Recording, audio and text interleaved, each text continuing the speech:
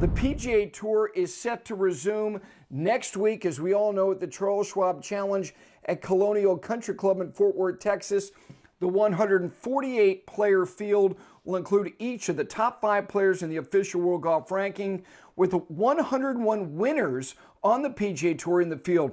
This year's Charles Schwab Challenge becomes the first tournament in the FedEx Cup era, other than the Players' Championship, to showcase 100 or more PGA Tour winners. So, John Cook is somebody who won 11 times on the PGA Tour. Look, we can go in countless directions with respect to storylines next week. They're plentiful. But for you, let me start with you as somebody who has spent his life playing professional golf. What is the storyline that to you is overriding amongst all of them? Yeah, you saw the great field, the strength of the field there at Colonial. And unfortunately, I never won at Colonial, but I came close a number of times. One of my favorite places to play golf. The golf tournament just catered to all your needs. So seeing that strength of field, I'm just wondering how today's players are going to adjust to these new rules and regulations.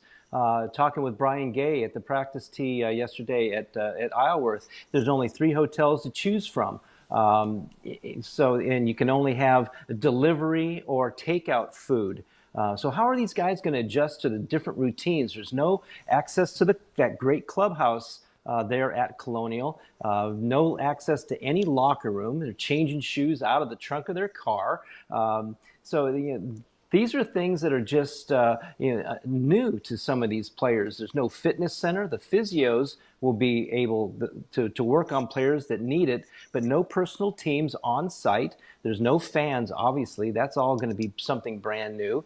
The caddies have a limited role. So, what do the caddies do? Are they going to have local caddies walk around, rake bunkers, tend the flag sticks? It's all something that they're not used to. So the adjustment as the week goes along is going to be very interesting to me, and see who adjusts the best and see who can handle changing their shoes out of the trunk of their car. I mean, that's something very, very new to some of these guys. Also, Matt, I've got a question. Do you think that some of the players would welcome the featured groups as the television production goes along? Would they be able to do like a one question walk and talk to kind of enhance the television production? I mean, these are questions that are going to be brand new. We saw how well that worked with the mic'd up players, the 2 events that we had. Are they going to be open to maybe a question, a little walk and talk? That's something very interesting. It's going to be, I'm going to keep my eye on this week. It's going to be interesting.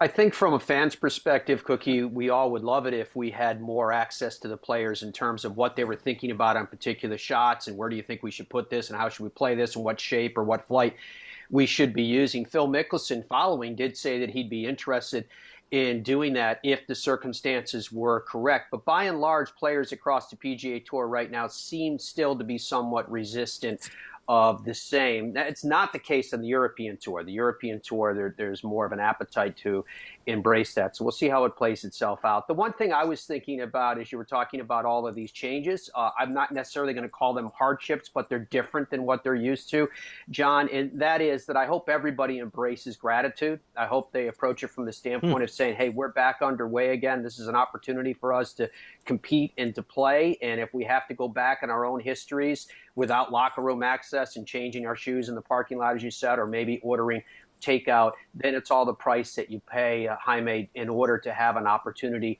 to play. Where do you stand on it? Well, I think you're right, Matt. I think everyone's very much feeling fortunate that this actually has happened as quickly as it has. And, this is the longest break, though, that the players have taken in a long, long time. It used to be, of course, at the end of the year was kind of a place where guys would recharge. Now the year's almost, you can play all year long.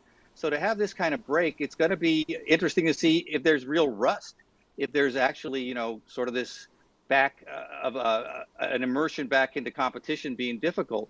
But, I think they're going to be out of their routines. And in a way, it's interesting to just see who's the best golfer just without any of the support system. Just go out and play like we used to as kids and see, what you can do with what you got.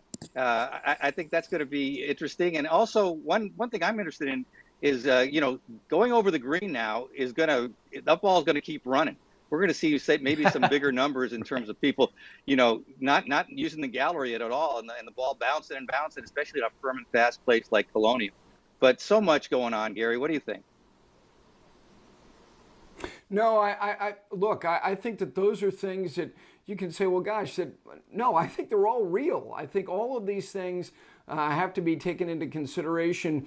But I go back to kind of, Jon's original thought about, changing your shoes in the parking lot, that the modesty of all of that is taking all these players back to where it all began for them. And Jon, just like you and all these other players who figure out a way to not only just carve out an existence in professional golf, but thrive, are creating new routines, and they will do it. But I would also add this, is that, when you're at a PGA Tour event, week in and week out, the lion's share of the field plays a round of golf in borderline anonymity to begin with. I don't think it's going to be that peculiar for a lot of these players in the absence of applause and fans following them. I do say, though, Jaime, as I go back to you for a specific storyline, it will be interesting to look at the analytics of leaders and winners in these first several events and what their stats look like compared to winners of the recent past at those same events.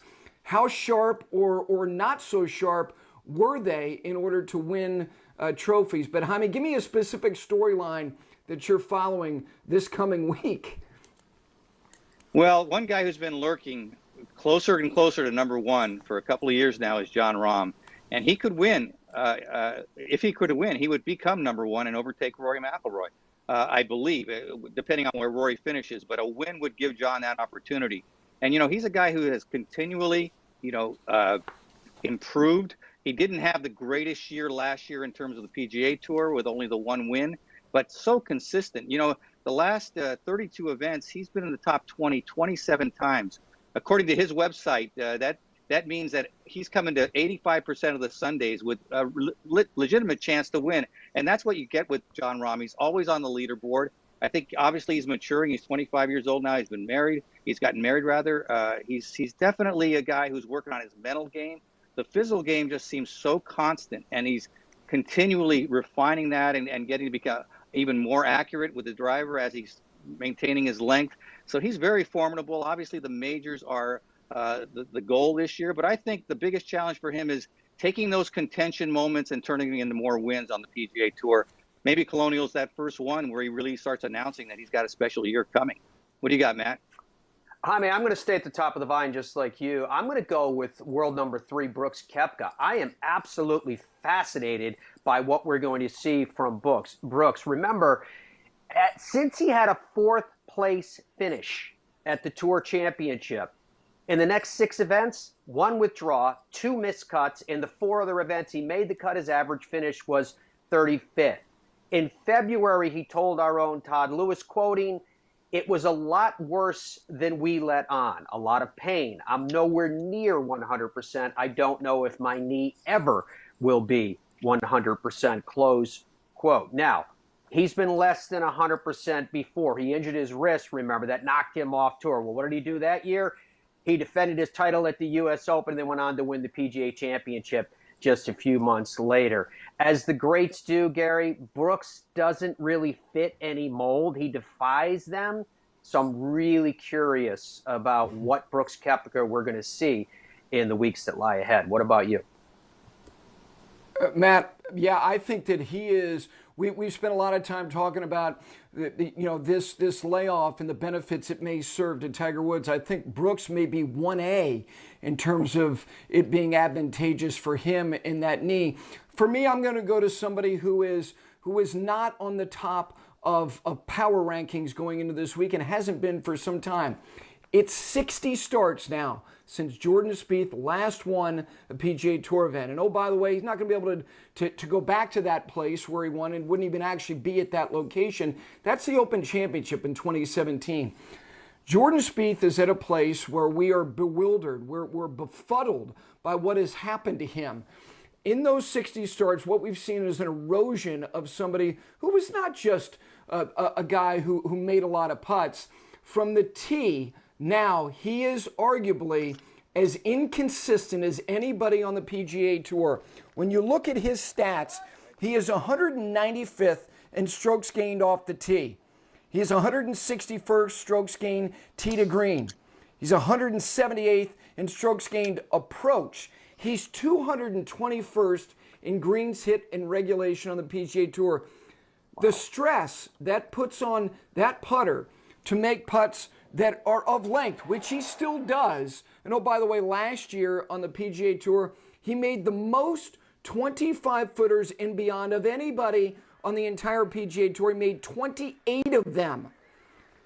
But when those are for par, or maybe even bogey, it's not moving him up the leaderboard. He's just simply trying to make weekends. And as we can see from his results this year, they've been modest.